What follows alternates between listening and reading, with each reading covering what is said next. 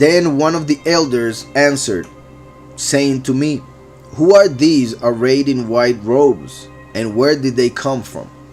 So since we went to Revelation 19, we saw that those who are dressed in fine linen are the chosen few, the bride.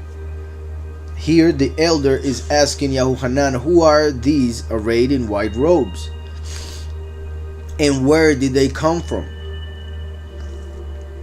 And I said to him, Sir, you know, meaning I don't. So Yahuhanan tells the elder, you tell me, who are they? For to Yahuhanan, just like for instance for Peter in Acts 10, when the Almighty is teaching him about how he purified the animals, how he purified the flesh, by showing us that the point was the spirit, not the flesh, but the flesh was used as an image for us to understand the spirit. Therefore the letter was given for us to understand the ruach behind it. That's why the letter kills but the spirit gives life, yet those who interpret by the letter are stuck in commandments of men. So was stuck Peter at that moment. Mentally he was stuck in that belief, and it's obvious also is understandable. But that's why Yahweh appears to him, talks to him 3 times, trying to make him understand how he shouldn't see Gentiles as different, how he shouldn't look at people from other nations as less, so that he would go and preach to them also. So Peter didn't understand, and in a way we see Yahuhanan in the same way, not understanding. Who are all these people from different nations and tongues and everything entering the kingdom? How can they enter? For they didn't understand fully the plan of Yahweh, and also they didn't understand fully how Israel would be scattered throughout the whole earth and be changed in different ways, in look, in language, and other things. So Yahuhanan, as Peter would have also, was looking at this multitude of all nations and tribes and tongues and was saying, who are they? So that's why the elder comes to him and asks him, because he wants him to think about it, and also pretty much ask the elder for the answer, as he did. So, and he said to him, Sir, you know. So he said to me, these are the ones who come out of the great tribulation. Out of the great tribulation, not that they were taken out of the world so that they wouldn't experience the great tribulation. Instead, they were taken out of the great tribulation through it. The great tribulation started, they were killed in it, so they were taken to the Father to be justified. That's why what says next, these are the ones who come out of the great tribulation and washed their robes and made them white in the blood of the Lamb. If you want to wash your clothes, you have to take it off. It's obvious. So if they washed their robes and made them white in the blood of the Lamb, is because they took off their bodies first in order to be justified later. So they died taking off their robes, and they washed them in the blood of the Lamb, meaning they were justified through their belief in the Messiah. The few, the chosen, are the body, they are the bread, they are the wheat in the harvest. The many are the blood, they are the wine, they are the grapes in the harvest. That's why here they wash their robes in the blood of the Lamb. For Yahushua the Lamb said, this is the blood of the new covenant which is spilled for the many. So the many are connected with the blood connected to the grapes of the harvest, which are the many who come out of the great tribulation. I repeat, so that's why it says, these are the ones who come out of the great tribulation and washed their robes and made them white in the blood of the Lamb. Therefore they are before the throne of Yahweh. Therefore they are before the throne of Yahweh. Before Yahushua left, he said to the disciples, you will see me, but the world will not see me again. You will see me, but the world will not see me again. So those who accept Messiah as the chosen few, who were represented by the 12 disciples, for they were few amongst the multitudes that follow Messiah, the chosen few, 144,000 from the 12 tribes, so they are represented by the 12 disciples. They will see Messiah the first.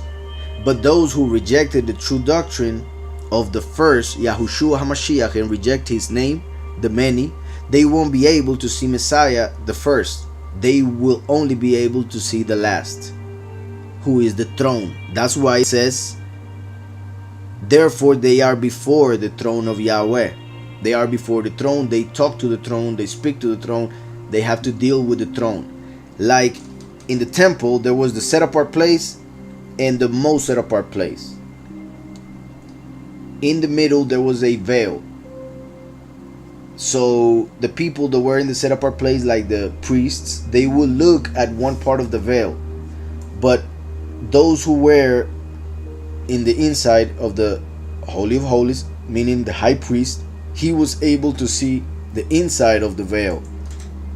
So first and last will be as that veil, meaning those who are of the many in the set apart place, they will deal with the last, and those who are the few in the most set apart place, they will deal with the first.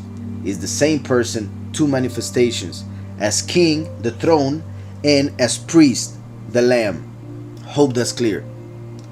So therefore they are before the throne of Yahweh and serve him day and night in his temple. So they are not the temple, they serve within the temple, just like blood serves within the body. The body is the temple, the blood are as the utensils, the vessels that were used within the temple to serve in the rituals that were performed there. So the few are the body, the many are the blood. That's why they serve in the temple, like the blood serves the body to keep it alive. So that's why they serve him day and night in his temple, like blood serves day and night in the body. That's why they are the grapes that are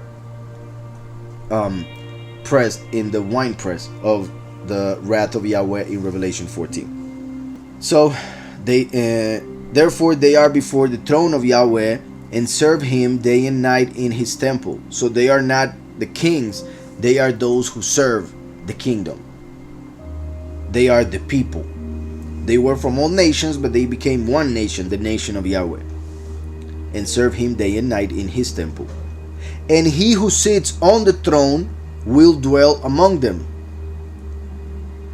It's interesting that it could have been said, therefore they are before the throne of Yahweh and serve him day and night. We would understand serve Yahweh who is on the throne day and night in his temple, and he will dwell with them. However, it doesn't say that. It says, and he who sits on the throne will dwell among them. So it repeats something that seems to be redundant. And when we look at something in scripture that seems redundant, we must understand that it is not. We are being told something extra, something different. So therefore they are before the throne of Yahweh and serve him. Who? The throne. For he, the last, is the throne. So the throne is a person. So therefore they are before the throne of Yahweh and serve him day and night in his temple. So they are before the Ark of the Covenant in Mashiach, serving Yahweh. So that's why, therefore they are before the throne of Yahweh and serve him day and night in his temple. And he who sits on the throne will dwell among them. Yahweh who sits on the throne, whom they are seeing, whom they are serving, the presence who sits on that throne will dwell among them. As we know, Yahushua is Emmanuel. Emmanuel means Elohim with us. For through Yahushua, the presence of Yahweh comes to us. So once everything is fulfilled, the Emmanuel part will be obvious, for his presence will be obviously dwelling among us. And I mean obviously in the sense that will be kind of visible, unlike nowadays in which he is hidden from reality.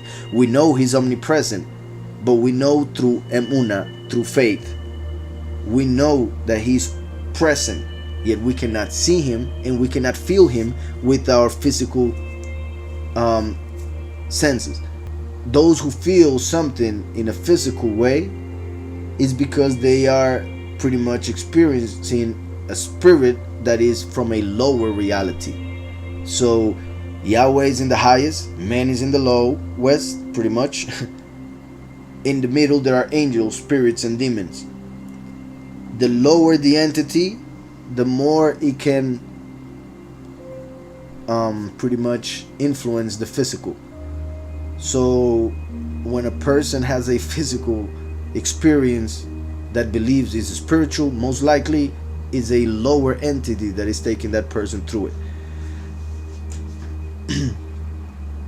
I hope that was understood also, because it may be misinterpreted. So I'll continue or finish this chapter.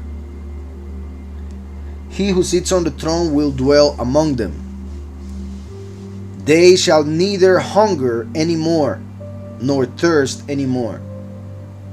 They will have the truth. They will have knowledge. They won't have hunger for the truth anymore. Plus, they won't have hunger for food anymore. Meaning they won't have actual needs to live. For life will be within them now eternally through Mashiach. For they are blood of the temple, and the blood is where life resides. So they will be the actual life of this reality. They shall neither hunger anymore nor thirst. This shows also how the few are on a higher level than the many.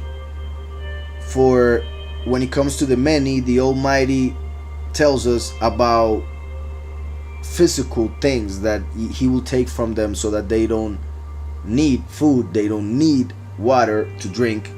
They will always need Messiah, of course, the water of life. But I mean, in the physical sense, they won't need to work to eat. That is something of this world, because the many are more of this world than the few. The few are willing to give their lives in this world, while the many kind of want to continue living in this world, and that's why they don't believe in the end. They want the end to happen in like 200 years. They want to have children, they want to have grandchildren, etc. Because they actually kind of love this world, this reality, because they don't really understand the next one, because they haven't looked for the knowledge of it, and therefore they don't really want it because they don't know it. So since this is all they know, this is all they want. Hope that's understood also, because that is the reason why the many remain in ignorance, and that's why it is written in Hosea 4:6 that my people, the many, are destroyed for lack of knowledge. So the many will be killed for their lack of knowledge of the truth. They will be justified for their belief in His death and resurrection, but they will be killed for rejecting the knowledge of the truth, which will be given by the witnesses to the chosen few who will receive it and then will be saved. That's why many are called, few are chosen. For the many will reject the knowledge. So the many reject the knowledge, for they are more of this world than of the heavens. Yet Yahweh is opening a door for them to also experience eternity within, like in His presence. So since they are a little bit more of this world in the sense of what they love, what they want, what they seek, then Yahweh tells us that He will take those things. They shall neither hunger anymore nor thirst anymore. The sun shall not strike them, nor any heat. So he talks about the physical things, the physical aspects of this world that can be bad for us when we are very physical, when we only think about the body and therefore the heat or food or thirst or how the sun is shining and all those things. The sun will not strike them, which in the spiritual sense has to do with Halel, Lucifer, who is represented by the sun that falls every afternoon, because Satan will fall at the end of this reality, Revelation 12. Satan won't have an accusation against them anymore. He won't be able to accuse them anymore. The sun will not strike them. But also the fact that they will have bodies that won't feel heat, won't feel bad if it's too cold or if it's too hot. They won't feel bad if they don't eat. All of that, which has to do with this reality, and that's why it's mentioned with the many, not with the few. Obviously this will also happen with the few, but the few will be in a higher level. That's why this thing, which is a little bit of a lower level, is not mentioned regarding them. So they shall neither hunger anymore nor thirst anymore, for the truth and the water of life will be available. The manna, the heavenly bread, and the water of life. That's why they won't hunger, they won't thirst. The sun shall not strike them. The enemy, the accuser, won't be able to accuse them anymore, nor any heat. They won't be in danger to fall in the lake of fire anymore, or hell, or anything like that. For the Lamb who is in the midst of the throne, this is interesting, for it is one sitting on the throne, but the Lamb is in the midst of the throne. So on the throne there is Yahweh and Yahushua. That's why the throne has the presence of the Father and the Son in him, the double share. That's why he came through Yosef, who had the double share. So, for the Lamb who is in the midst of the throne will shepherd them and lead them to living fountains of waters. That's why they won't thirst, for they will always have access to the Messiah, to the truth, to life. For the Lamb who is in the midst of the throne will shepherd them and lead them to living fountains of waters. Or also another translation, will lead them to fountains of the waters of life. And Yahweh will wipe away every tear from their eyes. Once again, the physical sense, the pain will be taken from them, for they actually had to go through the Great Tribulation. So they had to go through a lot of pain in the Great Tribulation, even if it was only mental pain, anxiety, fear. All of that is a type of pain. Whatever they experience for their rebellion, whatever they experience during the Great Tribulation when they reject the mark of the beast, will be forgotten, won't hurt them anymore, ever. So Yahweh will wipe away every tear from their eyes. The fact that it says that, even though we have all cried, and Yahweh will wipe away all tears, in this context is showing how the many are the ones who have to die. That's why they shed tears that Yahweh will wipe away. So I hope that's clear.